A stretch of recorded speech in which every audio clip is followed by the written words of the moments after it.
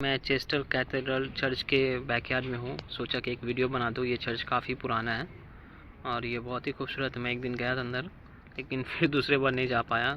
तो आप यहाँ पे आते हैं तो ये घूम सकते हैं। बहुत ही अच्छा जगह एक्सप्लोर करने के लिए। आपको यहाँ का हिस्ट्री पता चलेगा। ये लगभग 100,000 साल पुराना है लगभग। और मैं आज जो बात करूँगा वो टैक्स के बारे में बात करूँगा। तो उससे पहले मैं अपना एक छोटा सा इंट्रोडक्शन दे देता हूँ। मेरा नाम मोहम्मद तौफीक अहमद है और मैं यूनिवर्सिटी ऑफ चेस्टर से मास्टर्स कर रहा हूँ और मेरा कोर्स इंटरनेशनल बिजनेस है और 2024 में ये कंप्लीट हो जाएगी।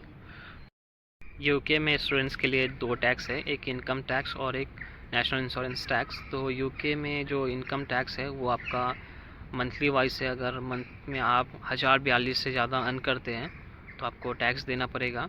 और नेशनल इंश्योरेंस में अगर 190 से ज़्यादा वीकली आप अर्न करते हैं आपको टैक्स देना पड़ेगा। और इनकम टैक्स में आपका जो परसेंटेज है वो 20% है और जो नेशनल इंश्योरेंस में है वो 12% है। तो ये 2 ही टैक्स स्टूडेंट्स को देनी पड़ती है। और जो भी आपका इंश्योरेंस टैक्स में जाता है, नेशनल इंश्योरेंस टैक्स में, तो उसमें आपको पब्लिक फ़ंड या आपको जो भी क्लेम होता है, पेंशन वगैरह, ये सब आपको बाद में बेनिफिट्स मिल सकता है, इसलिए वो टैक्स लेते हैं, समझे। और जो और भी इससे इन्फॉर्मेशन रिलेटेड जो मैं बता दूँगा वो है HMRC। वहाँ से आप ज़्यादा से ज़्यादा इन्फॉर्मेशन कलेक्ट कर सकते हैं। आपको जो भी टैक्स से रिलेटेड जानना हो तो यूजुअली स्टूडेंट्स को 2 ही टैक्स देने पड़ते हैं और टैक्स से बिल्कुल भी डरना नहीं है। ऐसा बात नहीं है कि टैक्स हो जाएगा, ज़्यादा चले जाएगा। तो यहाँ पे ये टैक्स NI पे करते तो बच नहीं सकते हैं। कैश का अलग प्रॉब्लम है, समझे। तो वो उसके लिए अलग से एक वीडियो में बनाया, वो देख लेना। तो टैक्स में ये बचना तो मुश्किल है, लेकिन ऐसा नहीं है कि आप 2 जॉब नहीं कर सकते। आप 2 जॉब बिंदास करो। टैक्स कटती है तो कोई बात नहीं, सबके लिए टैक्स कटता है। और ये अच्छा है, एक प्रूफ भी आपका कि आप यहाँ पे जॉब कर रहे हो और टैक्स भी दे रहे हो। और मैं आपको कुछ पे स्लिप भी शेयर कर देता हूँ ताकि आपको आइडिया मिल जाए। बस मैं यही बताना चाहता हूँ कि यहाँ पे जो भी स्टूडेंट्स का रिलेटेड है वो 20% टैक्स कटती है। तो इससे डरना नहीं, हर कोई टैक्स दे रहे हैं। अपने हिसाब से प्लान कर ले कि कौन सी जॉब करनी है, कितनी पे रेट होना चाहिए, कैसे करना है। और टैक्स अगर जैसे वीक में 190 से अब अर्न करते तो टैक्स देना पड़ेगा। तो उस केस में क्या है ना, आप अगर 1042 है तो आप 18 घंटा 17 घंटा कर सकते हो।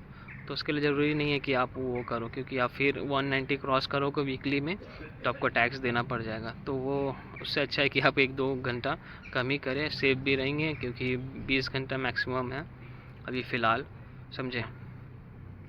तो होप आपको यह इन्फॉर्मेशन अच्छा लगा हो। और जो भी डिटेल्स आपको और भी जानना हो या कुछ भी इन्फॉर्मेशन चाहिए तो ज़रूर कमेंट करें और मैं आपको ज़रूर हेल्प करूँगा।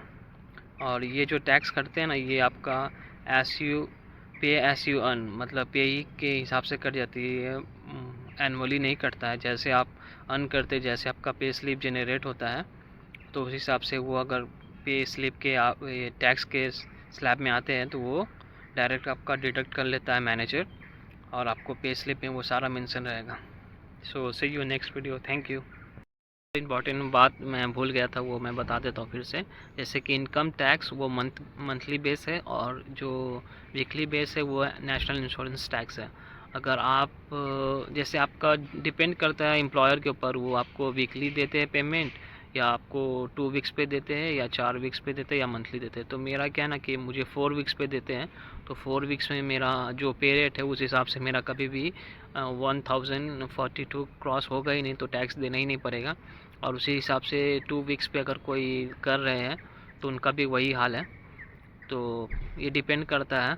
तो मेरा ये जो मैनेजर है वो थोड़ा टैक्स से बचने के लिए ऐसा किए हैं। अगर जैसे वीकली में आप करते हैं और 190 क्रॉस करते हैं तो आपको 12% देना पड़ेगा।